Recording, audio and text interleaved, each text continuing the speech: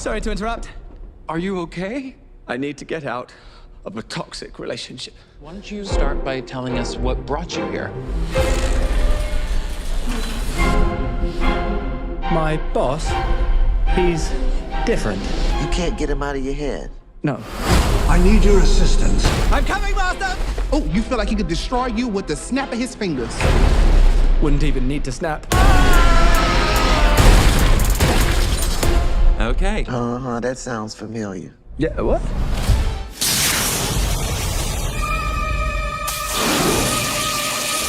Simple game. Is he serious? Always. It's much worse than you think. We're being ambushed. Abort, that's an order.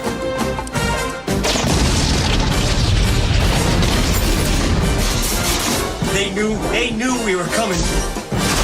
Do you read me? I don't care how he did it. I want to know why he did it. This is where my jurisdiction ends. And this is where mine begins. It's to stop someone from telling them you're a cop. The same thing that's keeping me from telling them why you're really here.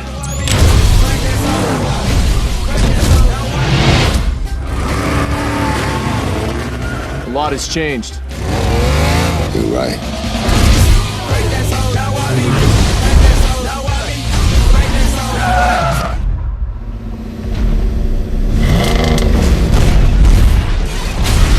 Tom?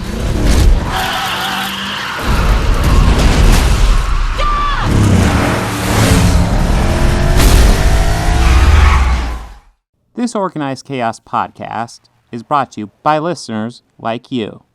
Thank you.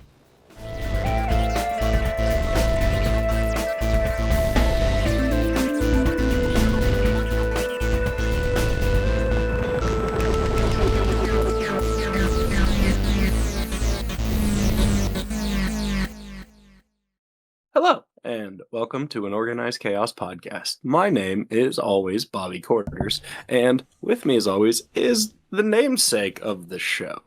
How are you, Chaos? Huh? What? Who? Huh? What? Huh? What? Listen, I am not Chaos, I'm Bob. There is a strict name rule on this podcast. Only people named Robert are allowed on this podcast, period. It's true. Period. We're just going to be elitist on this, okay? We're just going to... Yes. Occasionally we have guest stars, but we have to admit that it always feels unnatural, right? Yeah. we're I don't think we're elitist, we're Robertist. Yeah, exactly. Yeah, definitely. It's not that Roberts are bebetter, but we are. I mean, we are. But it's not. That's not the reason. It just feels better. Not this at way. all. It just feels good speaking a known truth. Yes.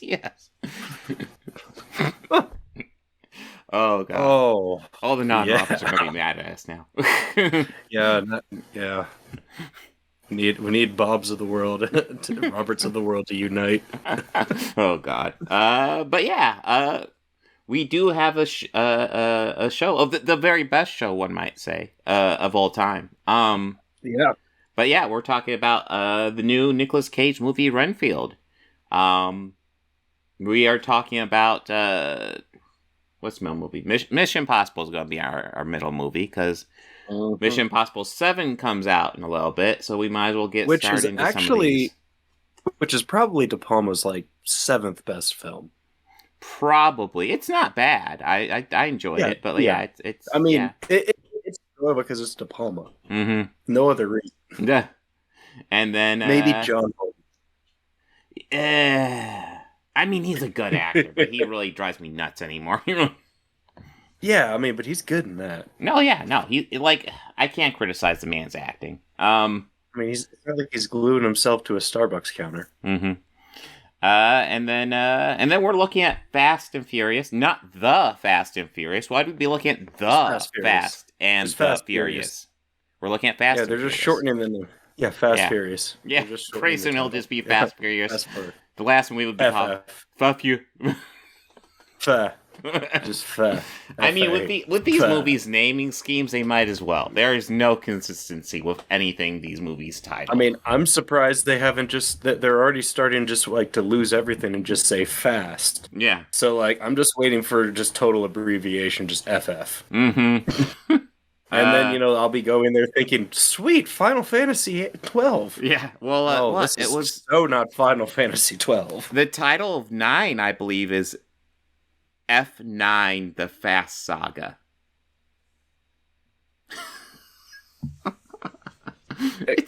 It's like, yeah, they have no idea what they're naming these movies at all. I forget where I heard this once, but I heard an argument that somebody had claimed that the Fast and the Furious movies were the first movies to really start a cinematic universe. And I think, no. I don't know what would be the first one. I mean, Universal Monsters would be up there, but that's wow. Yes, actually, yes. That is the actual first one. And you know what brought them as a cinematic universe, per se? 2 comedians. Oh, what, Laurel and Hardy? Abbott and Costello. Abbott and Costello meet Frankenstein, because those are all under Universal. So technically, by definition, though never advertised as such, but by definition, that is the first cinematic universe. Nice. I know there have been other cinematic universes, but and also, Star Wars, Star Trek. Yeah, anything with 2 parts. Star Wars, Star Trek. But that's the obvious thing that comes to mind. I mean, Indiana Jones. Mm-hmm. It's kind of the idea of having mini franchises under the umbrella of a big franchise. Kind of is where like Marvel made it big, and honestly, like I just said, the big first example of that specifically is Universal Monsters that I can think of. Yeah. But I guess are we ready to roll into it? Talk about Universal Monsters? Yeah. Yes. Let's talk about why the Invisible Man is the best one. Yeah. Let's talk about Renfield. A lot of those classic ones, but yeah. Oh, you need to watch that original. Yeah, I don't disagree. Actually, it's on my movies. Well, I'll sell you on it more after the show. Yeah, but Renfield, yes, is a movie. I'll let you launch into it. Okay, well, Renfield is a telling of Dracula's familiar, Renfield. Mm-hmm. And it's really a take. I heard from the writers saying that they wanted this to really be like a sequel to the original film from the 30s, like with Bela Lugosi. Yeah. And the director's name escapes me, but I know when I hear it. My phone's just out of reach. Let me look it up here. Let me see.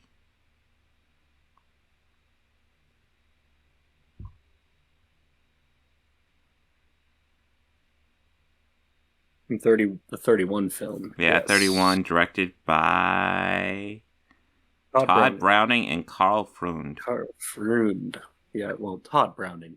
Mm-hmm. Todd Browning directed that movie. But yeah, and it's a direct sequel. Even the movie opens up with footage that are scenes cut from Brody's film, but with both the actors replacing each of their respective roles. Okay. Some of those shots, the black and whites that were early in the film, are direct everything, like recreations from the 31 film. I want to say I wanted more of that in this movie. I loved those shots. That was amazing. When they did that little flashback showing how Renfield met him and they did it in that style, I was like, oh, that's awesome. Yeah. No, I loved that about it, and as such a diehard fan of those old Universal monster movies, it's probably why I really loved this movie so much, because it gave in my opinion, the proper respect to those films that they deserve when making it within the lore and the canon, as opposing just to go for something on your own and running from and make Tom Cruise the Mummy. Is pretty much the point I want to get across with that. Dude, okay, so I did not like this as much as you did, but Yeah, no, look, I mean, of course it clears Tom Cruise as the mummies. I can't think of any. Yeah. The Mummy Returns clears Tom Cruise as the Mummy. The original with Brendan Fraser is better than Tom Cruise's. Oh, not even close by like a mile. That has nothing to do with like, Brent, the Second Coming of Brendan or anything like that. Just that is a better movie. Yeah. It's just a better movie. No, Tom Cruise's The Mummy was weird. I think it's getting mixed up because we're talking about monster movies and we got Tom Cruise later, but oh god, that movie was egregious. I will not. No, fuck him forever. Yeah. Not just because of that movie, but also for that movie. But, I mean, Scientology would be more reasonable. Yeah. And other reasons, but I didn't like that one just because they tried to establish new lore to something that already has its own lore. And stuff. And I don't think it needed any more expansion on it because the other expansion that happened on it was in the 70s with the Hammer films. Mm-hmm. And how, and with that, and what's really great about the Hammer films, Christopher Lee portrayed Dracula in that. And do you happen to know who loves Christopher Lee as an actor? Like, one would say one of their favorite actors is Christopher Lee.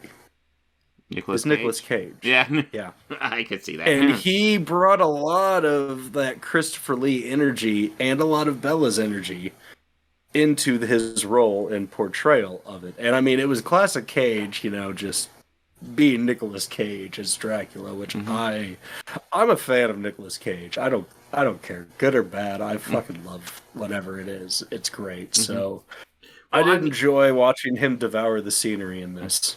Well, I mean, sorry. Yeah, no, I guess one of my criticisms is that I don't think Nicolas Cage does a bad job in here at all. I actually like him in this. I actually do feel he's underused, though. A bit, yeah. Yeah. But this is Renfield's movie. It's a yes. movie. Oh, yeah. No, it's Renfield's movie, and I love the premise of this. I like that aspect of it. The fact that it's about Renfield. He's the underling to Dracula. I like the idea that he's in group and he's realizing he's in a dysfunctional relationship with a narcissist. I love these aspects. I think for me, I have my biggest complaint is honestly, like, I brought up before the podcast. I feel like this movie is either it has two modes. It's either inspired and good or kind of almost generic R-rated superhero.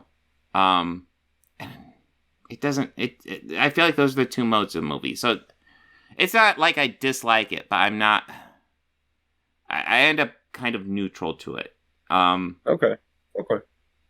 Because, like, I mean, we're talking about rewriting the movie at this point, but I also thought, like, maybe be an interesting idea instead of just like, hey, because, spoiler, the movie just kind of ends with it being Renfield versus Dracula in a fight, and, and of course there's magic and stuff, but, that's fine. But I was thinking, wouldn't it be interesting, since we're doing the psychology of Renfield, maybe beat Dracula with the psychology of Dracula?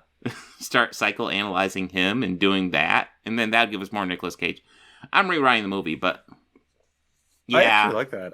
I actually really like that idea because you could really just go full on cringy Cage, and maybe and that's the thing. Maybe maybe that's part of the problem. I'm rewriting the movie as I'm watching it. It's like maybe I'd appreciate more if I just let it give me what it wants to give me, but. Yeah, no, I'm like, I want more Nicolas Cage, and I want to know the psychology of Dracula now. Okay. If we're going to break these guys down. Other stuff that a few things I really loved about this was kind of like a bit of the, I guess kind of like, wink and nod moments. Yeah. Mm-hmm. Like the paying respect to the lore of vampires, how he was able just to get into Renfield's apartment because of the welcome mat on the Yes, I love that aspect. And Renfield's like, oh, crap, of course. Right. And did you happen to recognize the priest in the beginning of the movie? No. It was William Ragsdale. Oh, shit, nice. Yeah, he was in a lot of makeup, but that was I saw in the credits. I was like... That's a nice touch. It's like first I was like looking like, why do I know that name? Mm-hmm. And I looked it up and I was like, oh, he was in both Fright Nights. That's how I know that name. Mm-hmm. That is a very nice touch. Yeah. He was in Fright Night. Then I saw that. Oh, he was also in the second Fright Night, but still, he was in Fright Night. You know, as much as I love the first Fright Night, I've never seen the second one. I didn't know there was a second one until I looked it up when I saw this. Well, it gets weird because I know there's a second one to the original movie, and then that one actually brings back the two leads, but then like there's the remake of Fright Night, which it's fine, but it's not as good. And then there's a sequel to that actually has nothing to do with the remake. It's almost like a reboot, and it gets confusing. But yeah, no. Yeah, I like the lore aspect. Like I said, yes. That's something I really enjoyed about this, and also how they just paid a lot of homage to the originals, but still making it fit. Like, they gave enough of it to the respect and then let it have its own story. Mm-hmm. And it's just kind of almost Dracula living in the modern world, which is kind of how I would still expect it to be with that. You know, I mean, and imagine there would be at least a point when the money would run out. Yeah. No, I like those elements to it and world building within it. Yeah, I really enjoyed that. The idea that they're just doing these cycles where, like, you know, Dracula gains power and then he tries to conquer the world and then he's stopped and then he's all beaten and then, you know, he's got to find a new place. Yeah, gotta move, gotta start all over again. Yeah, no, I love. Like I said, I really love the premise of this, because Renfield's just a fun character, honestly, and to essentially just make him the focal point of the movie and do it all from his perspective for the most part. I like that. I also really love that they based it in New Orleans. That kind of gave like a little bit of an interview to a vampire kind of homage. Mm-hmm. And there's like a lot of lore with New Orleans and vampires, so that was kind of cool too. Yeah. I think it was just definitely a love letter to the genre of vampires and that. Yeah. Like I said, I like the love letter aspect of this. I like when it's tapping into and playing with the old horror tropes and ideas. Yeah. But like I said, there's lots of action movie stuff here, and I'm not as thrilled with that. There is. Okay. Because there's this whole crime family storyline, and it's obviously almost just so we can have this family, and then a body count. Yeah, body count, exactly. We have paid off cops that work with Aquafina, who becomes a friend to Renfield, and it's all just to add up to the body count, essentially. Renfield kills a lot of people, and it's a nice bloody mess. They do plenty of gore, and they have some fun with the deaths, and so I mean, I will give the movie that, absolutely. Yeah, the VFX team definitely were well paid. Yeah, they definitely did their job in this one. Yeah, for sure. And then I don't know. I wasn't as thrilled with the idea of just Dracula becoming the guy who kind of takes over for the crime family, and then he just kind of makes an army of familiars for Renfield to fight. And then I'm kind of like, I mean, yeah. I mean, if you didn't see that coming when that idiot kid brought that casket into the boss, his mom's office, I saw that one coming a mile right then. Right, he's an idiot. Yeah, no, I mean, I saw it coming, but at the same time, I was kind of hoping for something a bit more original. I don't know. Yeah, maybe that was my issue. I saw it coming way too far, and I will say it's a minor complaint, but it does kind of bug me when they bring the casket in, and he comes out of the coffin, and they don't have him raise up. They don't have him cross-arm just kind of lifting up. They have him just stand up, and I'm kind of like, oh, that would have been awesome. I wish there was at least a couple more shots of him raising up. Because that's when I love this movie, because there's so many little moments where they're just playing homage to the old movies, and that is when this movie is at its best. As it is, like I said, it's a mixture between this really nice homage filled movie that I really like, and this Renfield trying to figure out his place in the world, which I enjoy, and kind of action movie, which I not as big a fan of. Okay. Yeah, no, I just no, actually... That's a fair criticism. Yeah, That's a fair criticism. I just want less action in this, honestly. Okay, I found those sequences to be more comedic than anything else. Yeah. And I enjoyed that aspect, because I kind of expected this to be kind of a wacky comedy sort of movie. Yeah. Like a horror comedy. And I expected like lots of laughs and, like lots of gore. I got we got plenty of gore and we got a fair amount of laughs, so that sounds good. But I'm not as thrilled, but it's not bad. I won't go so far as to say it's bad. I definitely enjoyed it more than Super Mario Brothers. I don't know if that's a high bar, but yeah, I enjoyed this much more than Super Mario Brothers. Yeah. But let's see. This one didn't have quite as many children pointing at the characters. True. If that happened during this, that would have been hilarious. Of course, I'm really Dracula, mommy. I'm really starting to feel like I'm in the minority with how everybody talks about Super Mario Brothers. I'm hearing it's like, wow. Wow. I mean, I thought it was fine, but okay. For the aspect of the story, I had no problem with that or anything. I just kind of found it to be a little too fan servicey. Yeah, but that's just kind of a point of annoyance. I mean, that's my opinion of it. Yeah. Yeah. Let's see. Are we ready for Mission Impossible? If we choose to. Yeah. If we choose to accept it, I guess we do. This podcast will self-destruct in 6 seconds. Oh no, not a self-destructing podcast. I hate when that happens. Well, I mean, that's never happened to us, so True. it'd be a learning experience. Perfectly functional podcast. We haven't had Problem YouTube 3. lose a whole episode before, so that's nice. Yeah. They still haven't gotten back to me on that one, which is cool. Shocking. Yeah, I know. Truly shocking. Yeah. But,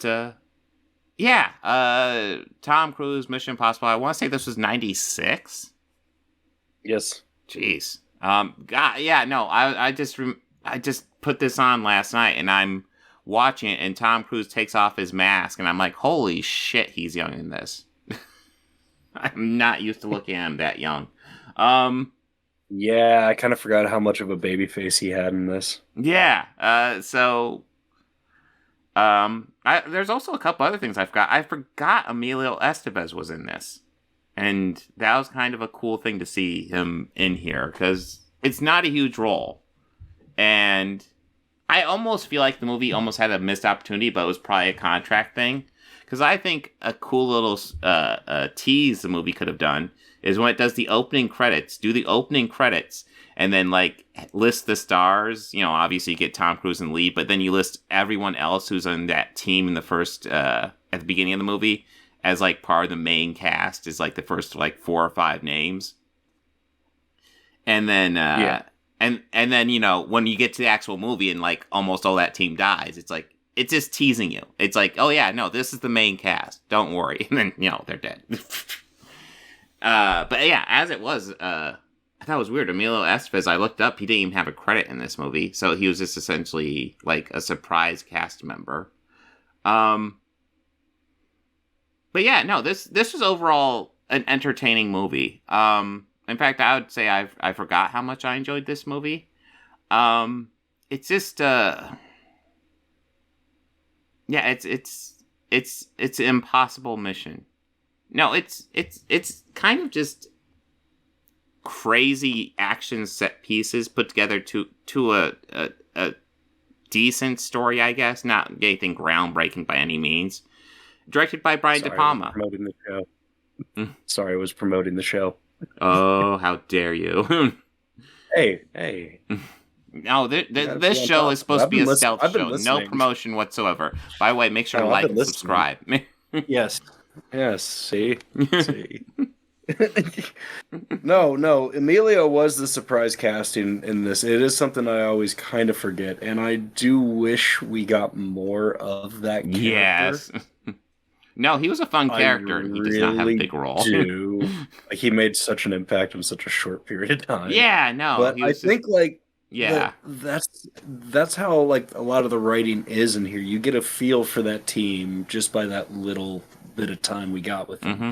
So that's why when he loses the team so early, you know, we're kind of just in the same mindset as Tom is. Yeah. You know, just kind of just what the hell is going on sort of thing. Yeah, well, I mean, they do a good job setting up everybody, and then boom. And then also, you know, we get the guy who is just probably one of the best actors ever just to play a straight dick in everything I've seen him in. Henry Cesar. Is that the IMF guy? Yeah. Okay, yeah, for sure. Yeah, he's. I love him. I love every time I see him in the movie. I go, oh yeah, he's great. I was like, the name doesn't sound familiar, but who was just a complete dick in this? It's gotta be that guy. Oh, wait, yeah, it's gotta be that guy. He was just ridiculous. Such a dick. Yeah. I loved it. I loved it. I know, I remember vaguely when this movie came out, and it did get some controversy from the fans of the original series, because it's weird to think about, because I'm so used to this being a movie franchise at this point. I forget the fact that it was based on a TV series.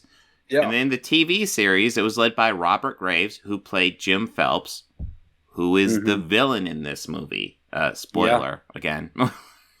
Well, spoiler for a 30-year-old movie? Almost 30-year-old movie, yes.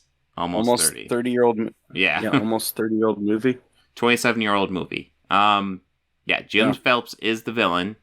Played by Jon Voight. And, you know, brought up before, Jon Voight is a good actor. He's crazy. And to my understanding, not a particularly good dad. But, put that aside, good actor.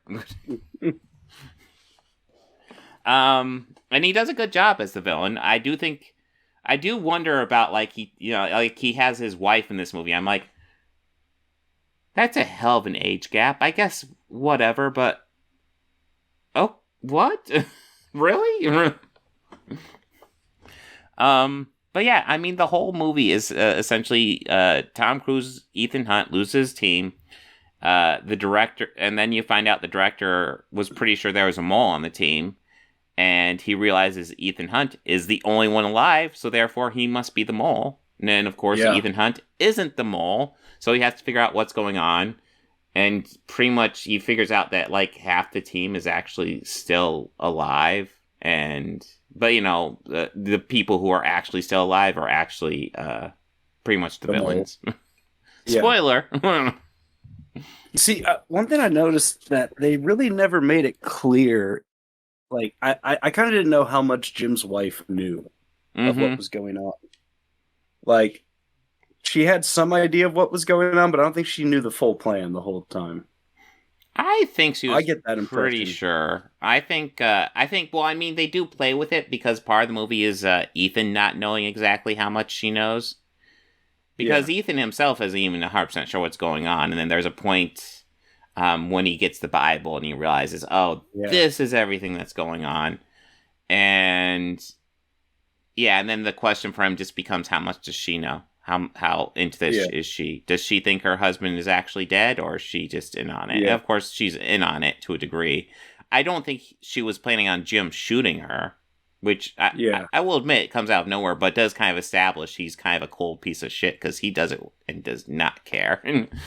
Well, I noticed something at this watch. You know, she said Jim don't, and he said Jim don't, and then pointed the gun at her. Like, his voice went up like anger, like, what?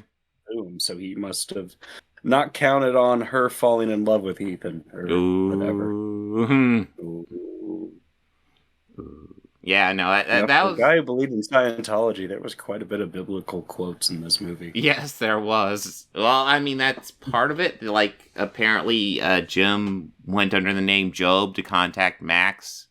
Yeah. So Ethan, when he took over the name, just started using biblical quotes, and that's how Max knew it was somebody different, because it was like, Job didn't do that. But yeah, no, I mean, this isn't a particularly deep story. I know, no. I also remember when it came out, lots of people criticized it for being confusing, and I always found that a little weird, because I was like, it's not really that it's confusing. there isn't a whole lot to it.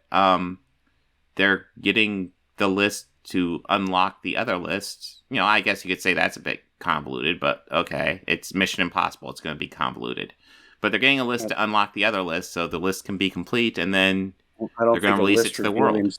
That's it. Revealing a list of spies' names, I imagine there would be one that would be code names. Yeah, exactly. The other be actual names. That part is actually very believable to me. Yeah.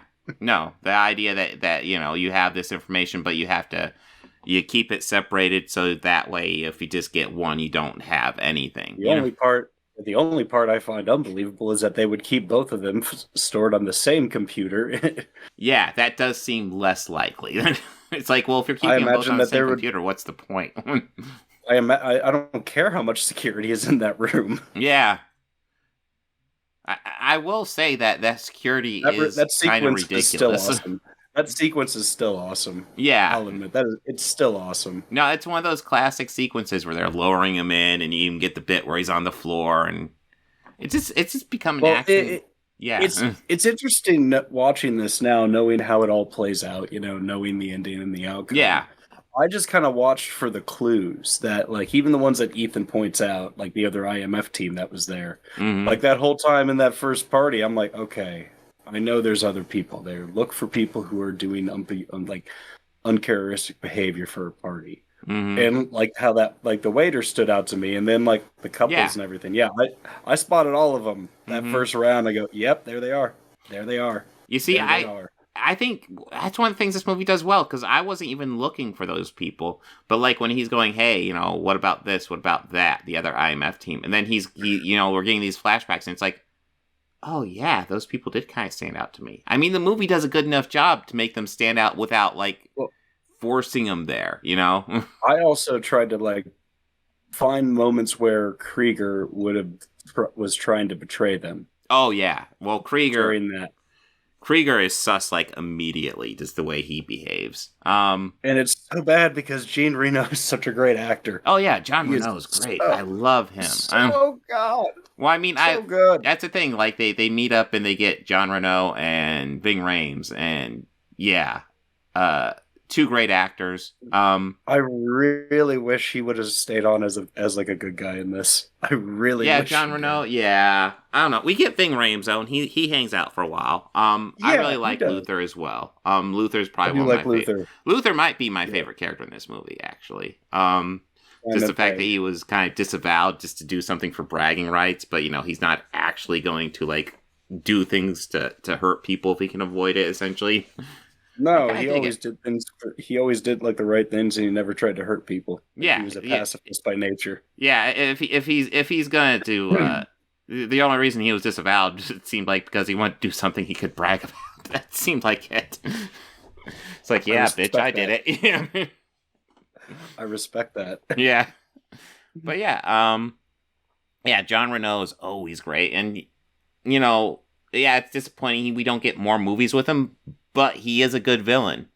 He plays a piece of shit here, and throughout the movie, you're like, I fucking bastard.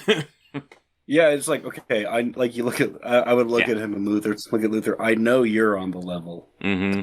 Well, I mean, just the fact that Luther seems kind of reserved and kind of like, what's up, you know?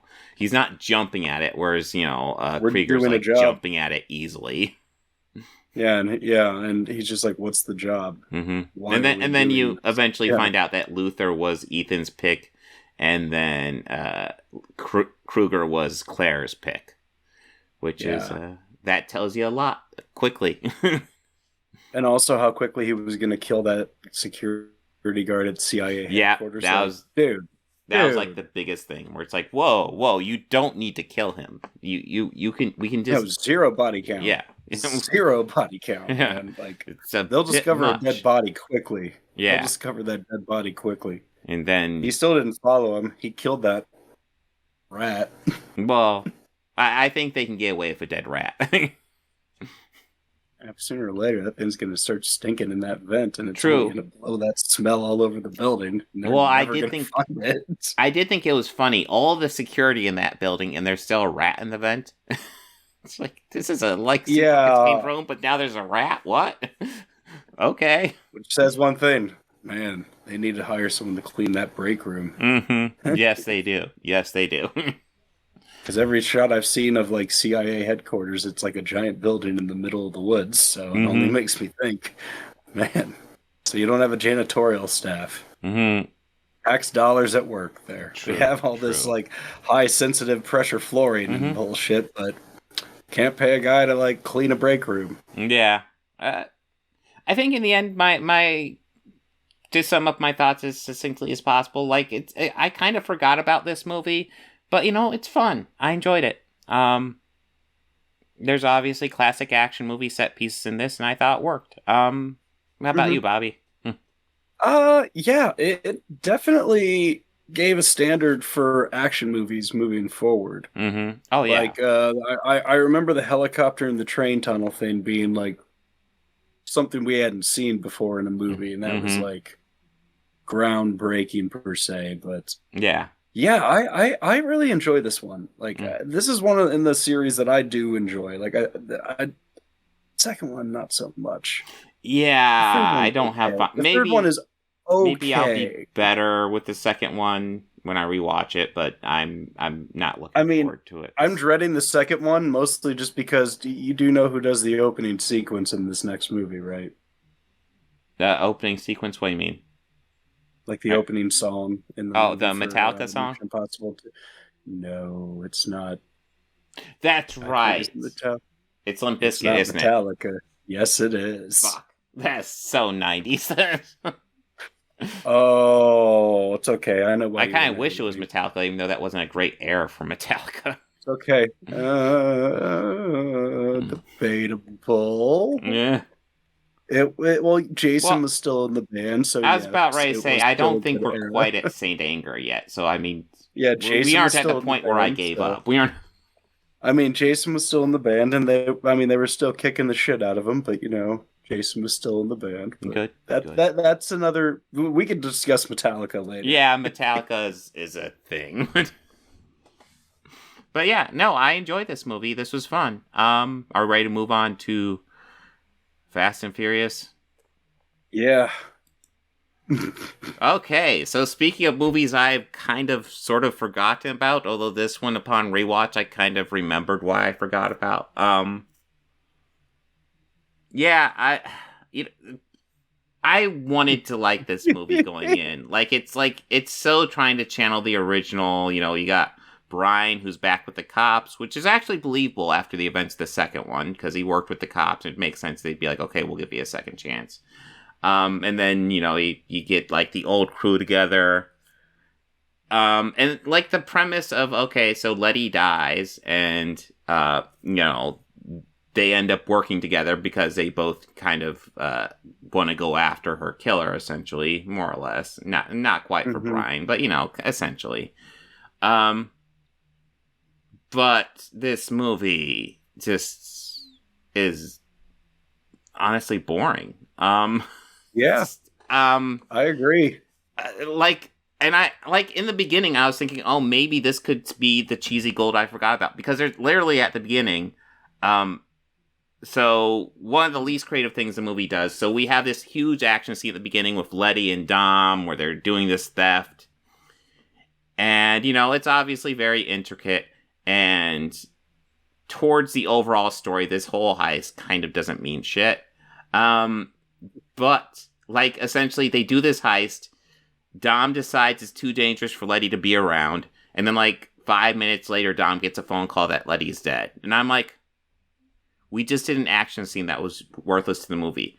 Why don't you work in her death into that action scene? And set up so instead of just doing a heist, you're doing something where, somebody betrays you. You're doing a heist with somebody, and then somebody working with you betrays you, and then he kills her. Why do it off screen? It just seems so lazy. And then honestly, I had forgotten. I'm sorry to cut you off, but this is the one that I remembered. Oh yeah, doesn't she die in one of these? Yeah, I remember thinking that during this sequence, and then I just remember looking away just for a second, and then that phone call scene happened. I even went back to the movie wait, did I miss something? Yeah, no, there's just a fucking phone call, and the movie almost kind of makes up for it, because I do love the scene where he goes to the side of her death. And then Dom is using essentially what we learn in this scene is that Dom is a psychic, but only with cars. So we see car residue and tire marks, and he's able to psychically have a vision of her death.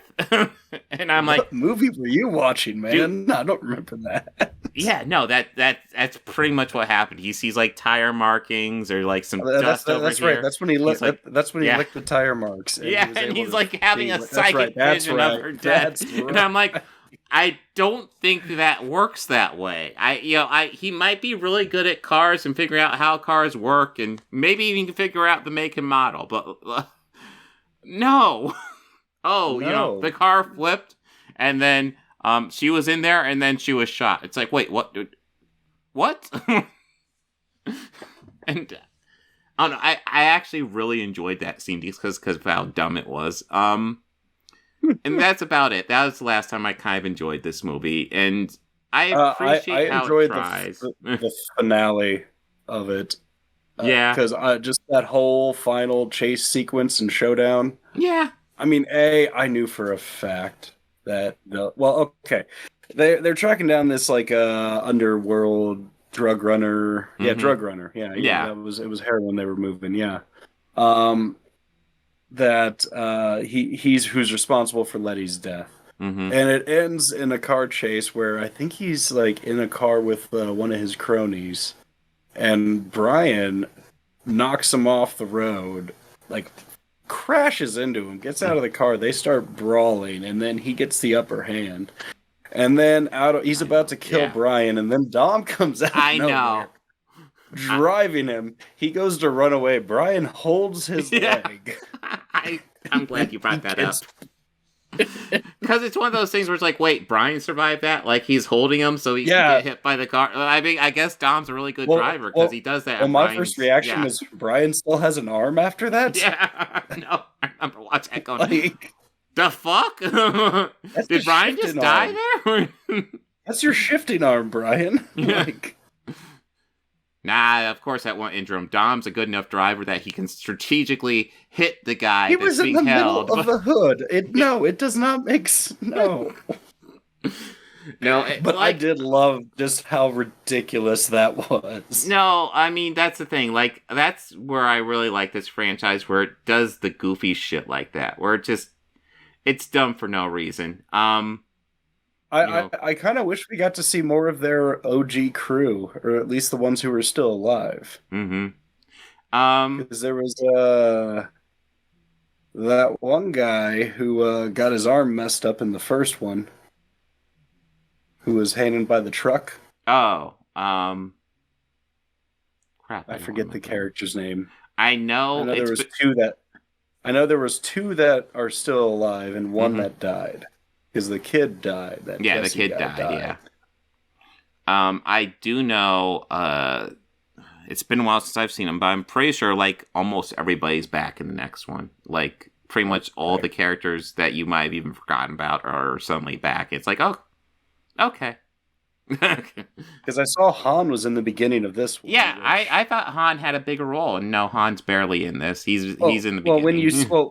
When you said that, he's going to be in the next one, and this one actually takes place, at a different time, then I go, why the hell did we release it then? Because there's no plan with this franchise. There isn't. Essentially, they made Tokyo Drift, and they're like, oh, this Han character, people like him, so we will bring him back and just say this is a prequel or something. Because I don't know, then why did they put Vin Diesel in only at the end? Oh, probably just so they could pay him less. Probably. But I like how, they're working with Han, and Han even indicates he's going to go to Tokyo. Which I guess he doesn't, because he's around for a couple more movies. Okay. But, yeah, they have some fun with their timeline, I guess. But yeah, this is I remember when I watched these originally, just going through all of them, and this was my least favorite, and it still is. This one was not good. Yeah, it's I feel like this one in particular feels like it's really trying to be serious. The first one had that aspect as well, except, I don't know, I guess maybe the Point Breakish elements kind of work in it. I don't know. And then this one, I feel like is trying to reset back to that original, except it really just doesn't. And that's weird because I'm not a huge fan of the original at all. But yeah, I would definitely take it over this one. And like I said, a lot of this movie was just, it's almost a patience test. I'm watching it and I'm trying to keep up with it, but I'm just kind of bored. I just kind of, all the original characters or a lot of the original characters are back. Yay. And I don't care. Oh, look, Wonder Woman's in this. I kind of don't care. I'm not going to lie. To look that up. That forced flirtation between her and Dom, it did not work. It was like so like cheesy. And I will say, to a degree, I enjoyed Dom's lines because they're so, like, monosyllabic almost and dumb. Like, he just says, like, generic shit, and it's like, okay. I wish I'd written down a few lines, but, like, he's, in fact, let me see if I can take it up. There's gotta be something. The wisdom of Dom Toretto. Oh, hold on. I'm gonna look up Fast and Furious quotes here. I did write a few down. Mm-hmm. I did write one, and it was this one that was said to Brian early on. Like, yeah, I'm happy you brought up the dialogue. Like you said, it was a chore, and I just stopped after writing two. Mm-hmm. And it was this was said from Mia to Brian. Mm-hmm. Maybe you're not a good guy pretending to be a bad guy. Maybe you're a bad guy pretending to be a good guy. yeah, I got it right here. I almost texted you that one. And you're bleeding on my floor. It was after Brian messed up that other agent. He was running his mouth. Jeez. Let's see, I'm looking up some more.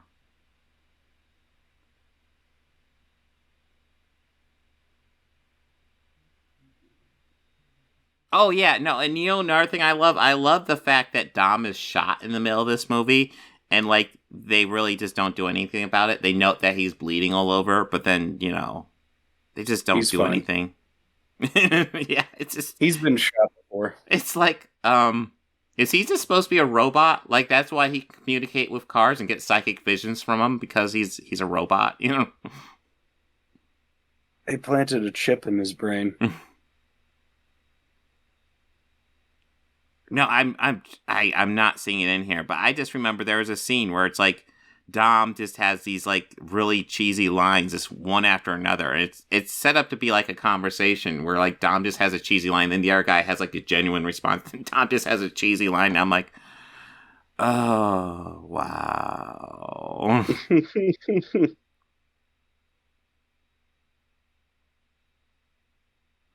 But yeah, yeah, my least favorite so far. Not, you know, these movies aren't great art, but like, I think my biggest issue with this one, it just takes itself too seriously, and I think it's trying to channel the first one, but it's just not as good, which is weird, because the first one's not particularly good, but it's just taking itself way too seriously, unfortunately.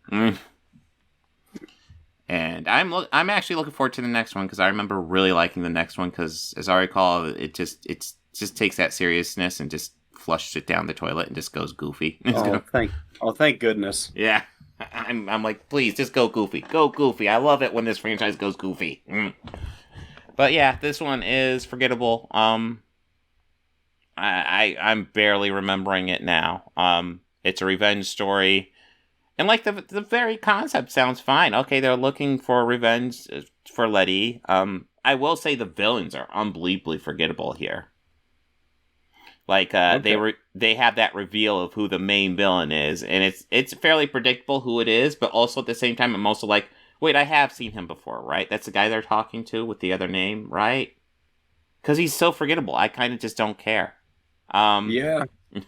I mean, I also clock the main baddie immediately. Mm-hmm. Well, almost always, like, whenever they're like, oh, it's a hidden baddie, it's like, I doubt they're going to just... Unless it's going to be, like, a big star, they're not going to just hide the baddie. He's going to be out front and get a decent amount of screen time. That's just... Yeah. Unless it's a big star like William Hurt in A History of Violence. Yeah. Yeah. But of course, that's William Hurt. That's a great movie. Yes, that is a significantly better movie than this. Yeah. Such an underappreciated movie. Yeah. Oh, classic. But yeah, this is forgettable. I guess it's vital to the Fast saga, but, you know. Yeah. Anything you want to add before we go ahead and talk about next week? No. All right. I know there's it's just like I was just watching it last night. I don't care. Yeah. I don't care. Yeah, I think I said what I wanted to say about this Renfield, and that was about it. I mean, and I'm glad you brought up the thing where Brian's holding the guy so Dom can hit him with the car, because I remember watching that going, what the fuck? That's not a thing you do. Then just the guy's gonna get away. No, Brian's holding him. Brian's dead. Oh, he's not. Okay, sure. You know. Yeah, no, Brian's dead. Like, okay, next week. We got George back next week. Yes, we're going to look at Evil Dead Rise, which I still need to get tickets for. Going to look at Fast 5 and the last half of Mandalorian Season 3, which I am, like, yeah. I haven't even seen Mandalorian since the first 4, and I keep on hearing things about it, and it's like, I want to check it out. Because pretty much what I've heard is, like, the next couple episodes aren't great, but then, like, episode 6 or 7 is, like, really good and kind of makes up for it or something like that. I don't know. We'll see. But I am excited to check those out. You have anything going on, Bobby? Not at the moment right now. All right. Well, I mean, you've probably already seen it, but if you're watching this, we finally got the Phantom Initiative mission statements out there. Couple months in the process of the three of us getting that put together, so that was fun. If you haven't seen it yet, check it out. It's on myself, Turf Nations, and Actual Fandoms channels. And yeah, we should probably do more joint collabs, I'm thinking. But yeah, that'll be about it. So everyone, have a good one. Take it easy.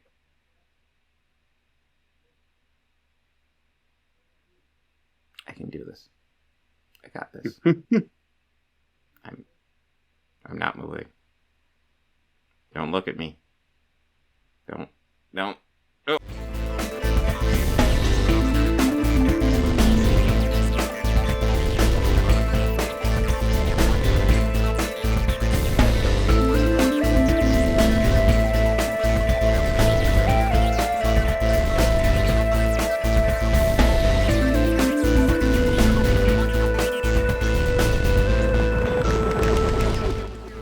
Books, records, films, these things matter. Call me shallow. It's the fucking truth.